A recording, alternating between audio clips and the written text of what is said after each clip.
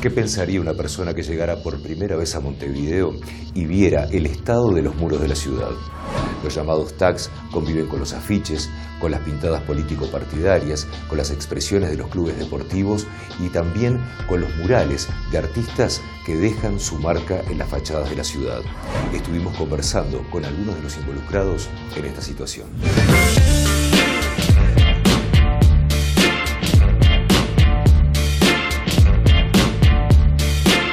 ¿Cuál crees que es la primera imagen que se lleva al ver las fachadas de la ciudad?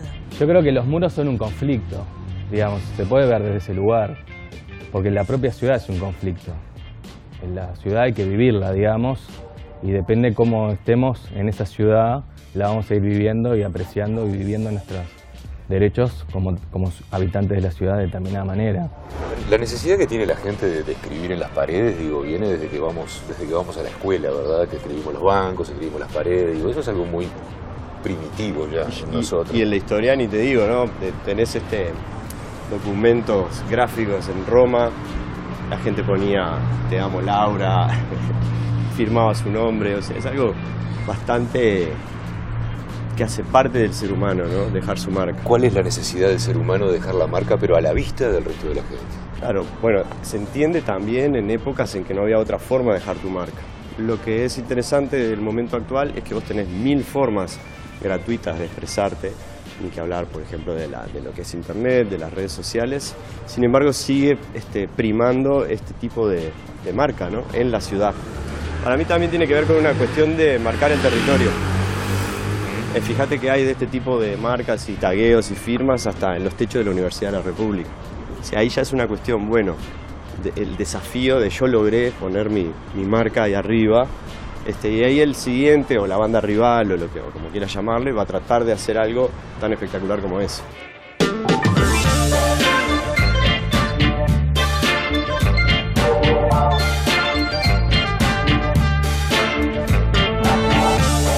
¿A qué momento nos tenemos que remontar si queremos hablar de la expansión del graffiti, del surgimiento y expansión del graffiti y su llegada a su vez a Uruguay? El graffiti sobre todo es el graffiti que nace en Estados Unidos, en ciudades como Nueva York o Filadelfia sobre todo, a fines de los años 60 y inicio de los 70. Lo que pasa es que cuando nace precisamente no estaba visto como graffiti, esto fue una construcción.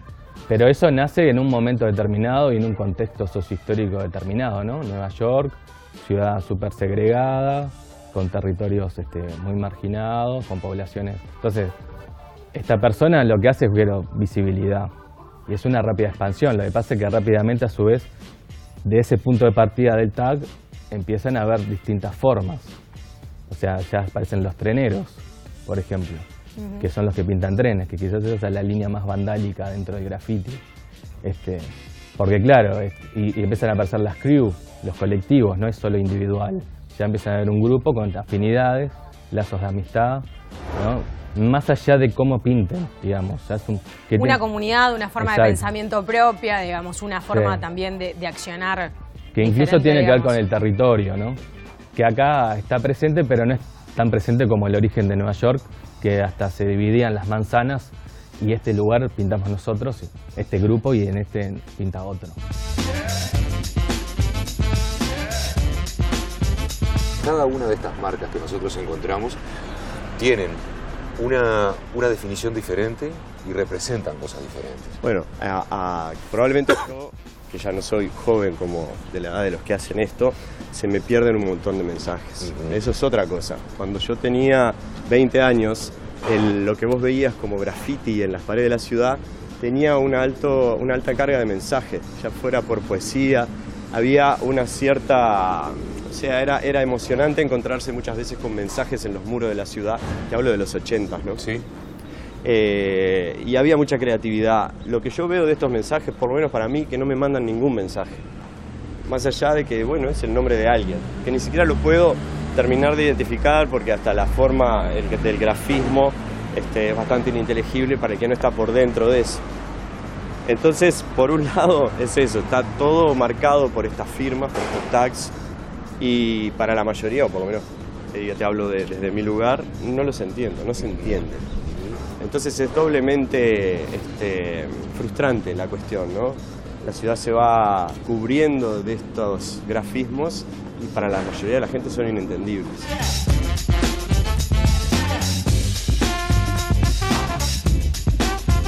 Para mí, en mi criterio, cualquier persona que salga a la calle con conciencia y tenga la necesidad de comunicar y tenga una búsqueda estética o una búsqueda artística, es artista urbano. De por sí el acto anarco de estar en la calle, de no atarse a las clásicas estructuras de ir a un museo a poner tu obra, o ir a una galería, o ir a una muestra igual alternativa, pero estoy en...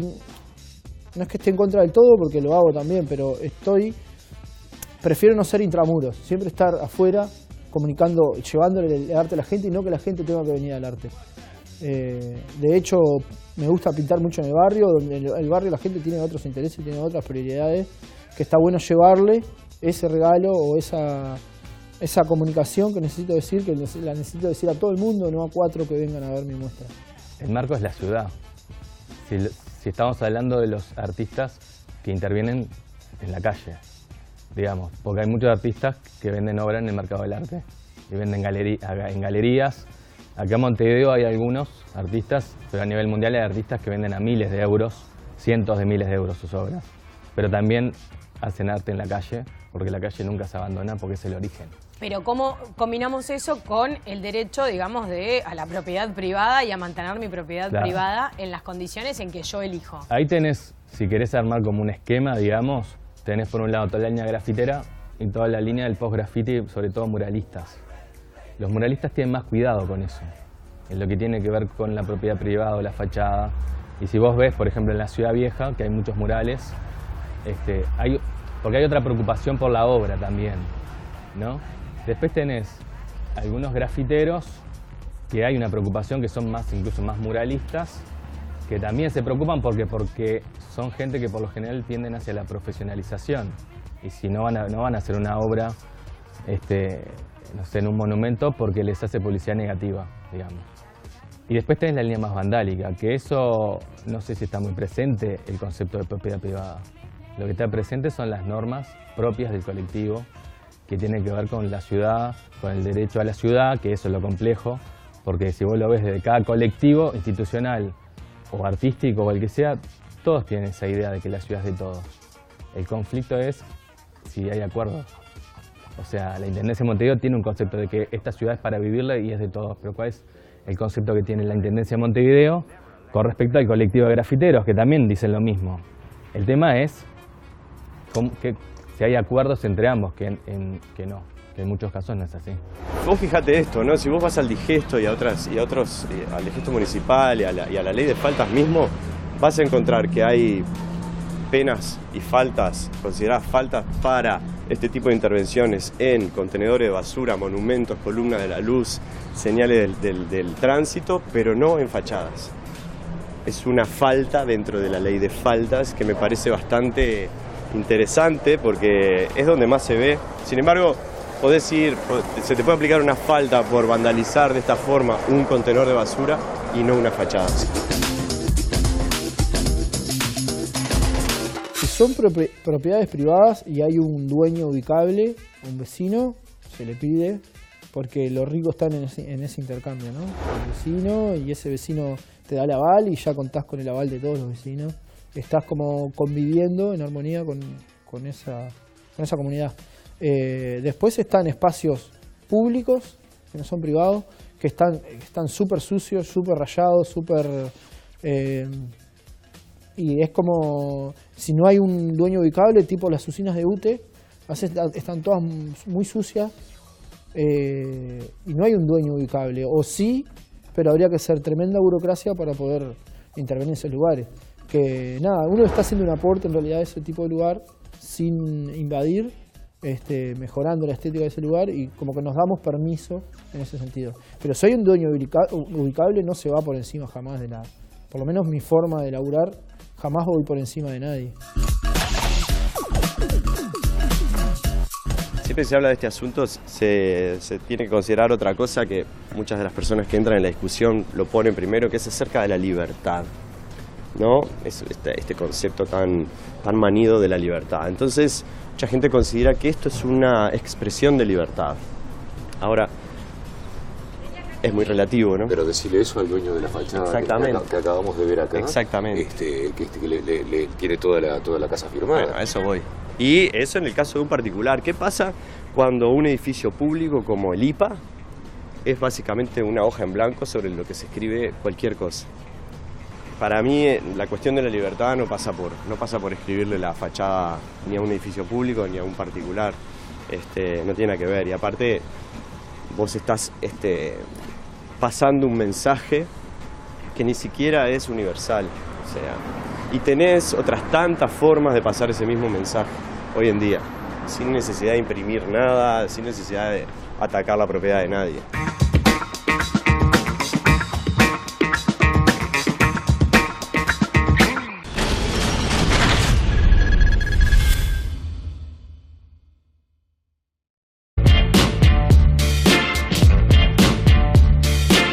¿Cuál crees que es la primera imagen que se lleva al ver las fachadas de la ciudad? Yo creo que los muros son un conflicto, digamos, se puede ver desde ese lugar, porque la propia ciudad es un conflicto.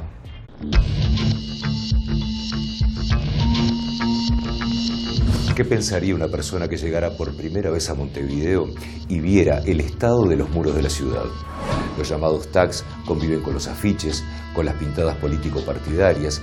En la ciudad hay que vivirla, digamos, y depende cómo estemos en esa ciudad, la vamos a ir viviendo y apreciando y viviendo nuestros derechos como habitantes de la ciudad de determinada manera. La necesidad que tiene la gente de escribir en las paredes, digo, viene desde que vamos a la escuela, ¿verdad? Que escribimos los bancos, escribimos las paredes, digo, eso es algo muy primitivo ya en nosotros. Y en la historia ni te digo, ¿no? Tenés documentos gráficos en Roma, la gente ponía "Te amo, Laura", con las expresiones de los clubes deportivos y también con los murales de artistas que dejan su marca en las fachadas de la ciudad. Estuvimos conversando con algunos de los involucrados en esta situación.